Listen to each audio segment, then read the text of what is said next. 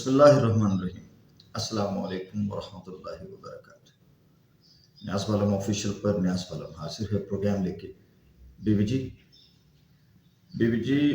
بالم بولے گا، کوئی بولے نہ بولے، بالم بولے گا۔ سب روز ازل سے کہ جس روز آدم کو تخلیق کیا گیا تب سے رحمان سے اجازت لی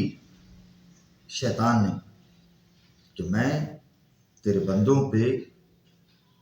اپنا کام کرتا رہوں گا۔ رحمان نے کہا جا، جو میرے بندے ہوں گے وہ تیرے بہکاوے میں نہیں آئیں گے، مگر یہ قیامت تک کی ایک انسان کے لیے آزمائش، اور بالخصوص مسلمان کے لیے آزمائش، کیونکہ ہمارے بر صغیر میں ایک بہت بڑی تعداد میں ہندو جیتے ہیں، رہتے ہیں، اور بدقسمتی سے پاکستان ہندوستان ہی کے وطن سے جنم لینے والا ایک ملک ہے۔ ہندوؤں کے تسلط سے، انگریزوں کے تسلط سے، بلکہ ہندوؤں اور انگریزوں کے گٹھ جوڑ کے تسلط سے آزادی دی اس خطے کے، جسے پاکستان کہا جاتا ہے، مسلمانوں نے۔ مگر یہاں بھی وہی رحمان اور شیطان کی لڑائی روز ازل سے، یعنی جس روز 14 اگست 1947 کو پاکستان آزاد ہوا، اس روز سے ہندوتوا بنیے کی کھوپڑی وہ سازشوں کا گڑھ بنی ہوئی ہے، اور ہر دور مسلمانوں کو، مسلمانان پاکستان کو شرمندہ کرنے کی کوششیں، سازشیں جاری رہتی ہیں۔ اور پھر سب سے بڑھ کے یہ کہ بڑی ڈھٹائی سے اس کا اعتراف بھی کرتے ہیں۔ ایک بھارتی یوٹیوبر ہیں، بلکہ میڈیا پرسن ہیں، سبھانکر مشرا، عجیب ڈھیٹ آدمی ہے، بے شرم آدمی ہے، بڑی ڈھٹائی سے، بے شرمی سے کھلے لفظوں میں اعتراف کر لیا اس نے۔ جو ہندوتوا کی سوچ تھی، جو ہندوستان کی مکروہ چال تھی، اس کا خود ہی اس نے بھانڈا پھوڑ دیا۔ اس نے کہا جی پہلے ہندوستان نے پاکستان سے ICC چیمپئنز ٹرافی نکلوائی، اور پھر چیمپئن ٹرافی سے پاکستان ہی کو نکلوا دیا۔ اب یہ ہے ان کالے کرتوتوں والے، کالے جادو کرنے والے جادوگروں کی کہانی، کہ یہ کہتے ہیں کہ پہلے ICC چیمپئنز ٹرافی ایک ضد کر کے کہ ہم پاکستان نہیں جائیں گے، ہمارے میچز نیوٹرل مقام پہ ہونے چاہیے، یہ دبئی لے گئی، اور پھر ان کے کہنے کے مطابق انہوں نے پاکستان کو ICC چیمپئنز ٹرافی سے بھی نکلوا دی، یعنی پاکستان وہ پہلا ملک بن گیا جو ایلیمینیٹ ہو گیا ICC چیمپئنز ٹرافی 2025 میزبان ہوتے ہوئے، دفاعی چیمپئن ہوتے ہوئے، نہ دفاع کر سکے اور میزبان ہوتے ہوئے سب سے پہلے ایلیمینیٹ بھی ہو گئے۔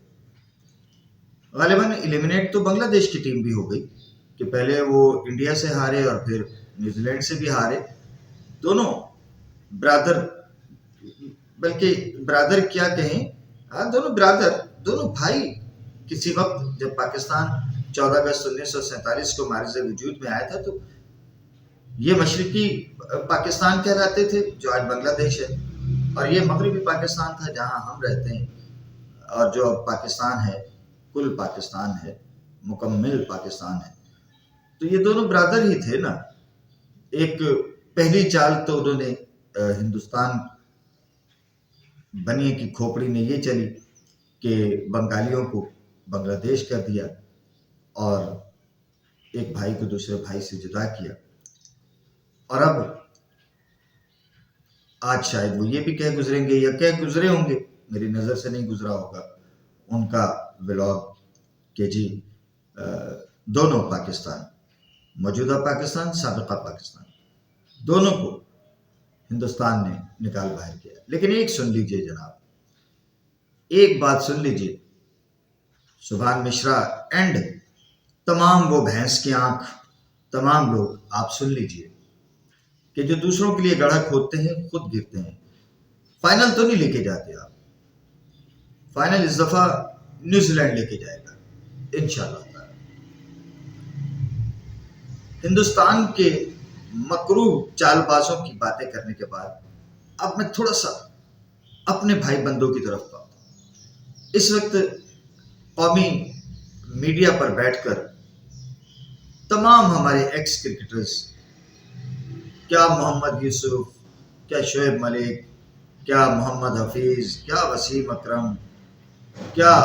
وقار یونس، شعیب اختر، یہ سب لوگ بیٹھ کے موجودہ پاکستانی ٹیم اور پاکستانی کھلاڑیوں پر جو ہے وہ گولے برسا رہے، تنقید نہیں کر رہے، تنقید کے نشتر چلا رہے ہیں، ایسے نشتر جو قوم کے سینے میں پیوست ہو رہے ہیں۔ میں ان سب سے سوال کرتا ہوں، بھائی آپ لوگ جب ٹیموں میں تھے، آپ لوگوں نے کون سے جھنڈے گاڑے تھے جو آج ان لڑکوں پہ آپ، ٹھیک ہے یہ ہیں اس لائق، ہم کر سکتے ہیں ان کا احتساب، ہم قوم بحیثیت پاکستانی قوم ہم احتساب کر سکتے ہیں، ہم سب کا احتساب کر سکتے ہیں، ہمیں سب کا احتساب کرنا چاہیے۔ ہم روز اول سے اس ٹیم کے سلیکشن پہ چلا رہے ہیں کہ یہ سلیکشن ٹھیک نہیں ہوا، ہمیں اس میں دم خم نظر نہیں آ رہا، ہم اس سلیکشن سے مطمئن نہیں ہیں، مگر ہماری سنتا کون ہے؟ پاکستان میں 1948 سے ایک ایسا سسٹم نافذ ہوا، ایک ایسا سسٹم اندر ہی اندر کل بلا کے جو نکلا، اور وہ اس نے پورے سسٹم کو اپنی آغوش میں لے لیا ہے، اپنے حصار میں لے لیا ہے، اپنی گرفت میں لے لیا ہے کہ اب پاکستانی عوام کی تو اتنی طاقت نہیں رہ گئی کہ وہ سوال کر سکیں۔ سید محسن رضا نقوی جس پناہگاہ میں بیٹھے ہیں وہاں پتھر نہیں پھینکا جا سکتا، مگر ان اپنے پاکستانی بھائیوں سے تو پوچھ سکتے ہیں، وسیم اکرم صاحب سے، کتنی عزت پاکستان کی آپ نے جناب بنائی، آپ کا اپنا ایک وقار تھا، آپ کا اپنا ایک نام تھا پاکستان میں اور پوری دنیا میں، سوئنگ کا سلطان کہلاتے ہیں آپ، مگر آپ پر کس قدر گھٹیا غلیظ الزامات آئے ہیں۔ راشد لطیف مجھے نہیں معلوم اب کس مصلحت سے وسیم بھائی کرتے ہیں، ورنہ ان کو وہ یاد ہوگا جب یہ کراچی سٹی کرکٹ ایسوسی ایشن سے ناراض ہو کے اور پاکستان کا ایکس کیپٹن وہ ڈومیسٹک میں گریڈ 2 کی کرکٹ کھیلنے کے لیے پشاور کا کپتان بن کے آیا ہوا تھا، اور 3 روز حیدرآباد کے میڈیا کے ساتھ گپیں لگی تھی، اور میں نے ان سے یوں کر کے کوئی بات کی تھی۔ مجھے نہیں سمجھ میں آتا کہ راشد لطیف آج کل وسیم اکرم کی تعریف میں کیوں قلابے ملا رہے ہیں۔ وقار یونس کا کرکٹ کیریئر کیسے ختم ہوا تھا؟ شعیب ملک پہ کیا کراچی میں الزام لگتے رہے میچ فکسنگ کے حوالے سے؟ آپ لوگوں نے سب نے ماضی میں بھارت سے آئی سی سی کی کسی بھی ایونٹ میں مار کھائی ہے، میچز ہارے ہیں آپ نے، اس وقت کوئی اور ہوتے تھے، آپ پہ تنقید ہوتی تھی، اب آپ بیٹھے ہیں آپ تنقید کر رہے ہیں، اور وسیم اکرم اور شعیب اختر تو بالخصوص زیادہ بڑھ چڑھ کے بات کر رہے ہیں کیونکہ ان کے رشتے ابھی بھی بھارت آئی پی ایل کے ساتھ جڑے ہوئے ہیں، یہ ابھی بھی وہاں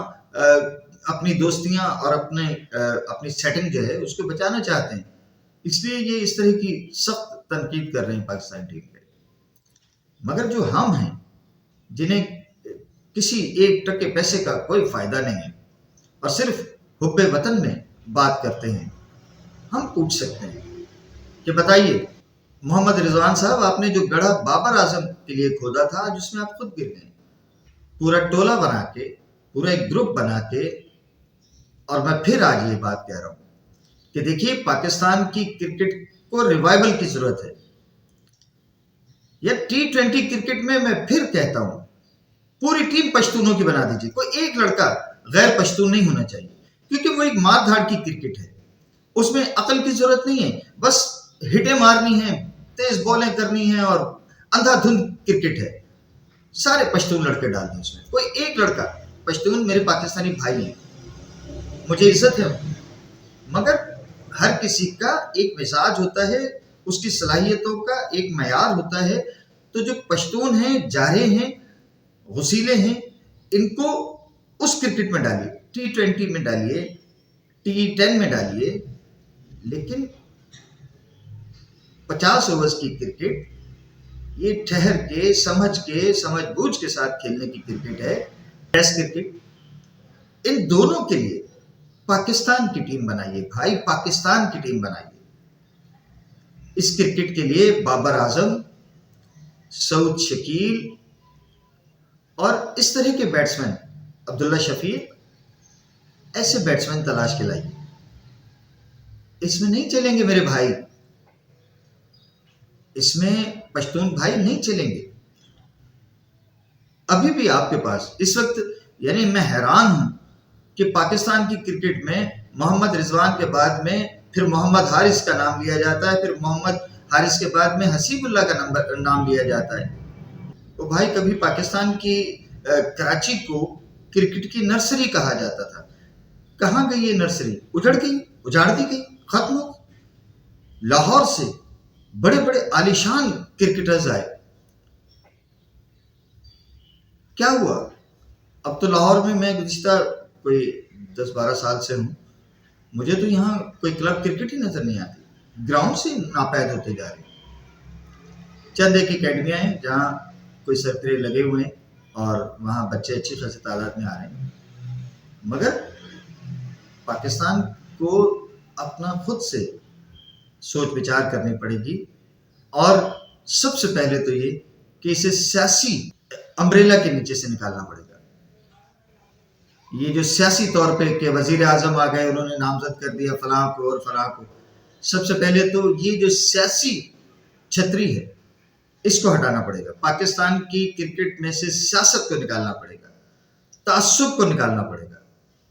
خیر اب تعصب تو نہیں رہا، لیکن پھر بھی یہ زبانوں کی جو اجارہ داری ہے اس کو نکالنا پڑے گا۔ پاکستان کی کرکٹ کا ایک سنجیدہ آپریشن ہونا چاہیے، سنجیدہ آپریشن، ڈرامہ نہیں، آپریشن ہونا چاہیے، اور اس میں غیر جانبدار لوگ آنے چاہیے۔ میں بار بار پھر اسی پہ اپنے بلاگ کو ختم کرنے جا رہا ہوں کہ ایک بندہ اپنی قوم سے، اپنے وطن سے مخلص ایک بندہ، اجیت اگرکر، وہ بھارت کی ٹیم سلیکٹ کرتا ہے، اور آج وہ ٹیم دنیا کی سب سے طاقتور، متحد، جیل، باصلاحیت رزلٹ دینے والی، نتائج قوم کے حق میں، بھارت کے حق میں دینے والی ٹیم ہے۔ پاکستان کو بھی ایسے ہی ایک مرد مومن، مرد حق کی ضرورت ہے۔ بی بی جی بالم بولے گا، کوئی بولے نہ بولے، بالم بولے گا۔ اجازت دیجیے، اللہ حافظ۔ پاکستان زندہ باد۔